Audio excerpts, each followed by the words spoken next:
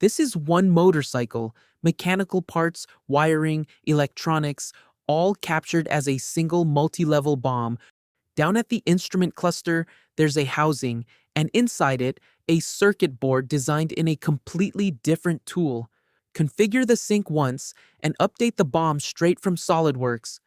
The mechanical assembly, parts, subassembly, all of it syncs straight to OpenBOM. That circuit board lives in Altium, a completely separate design tool for a completely different discipline. Same idea, native to Altium. Create or update the BOM directly from the PCB project. No exporting, no translating. Now, the mechanical structure and the electronics live in one multi-level BOM. The engineering BOM, 21 items, fully connected.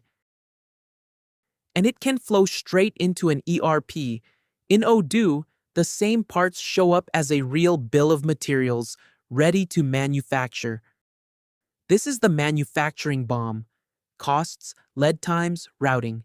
Structured for the production floor, not the design desk.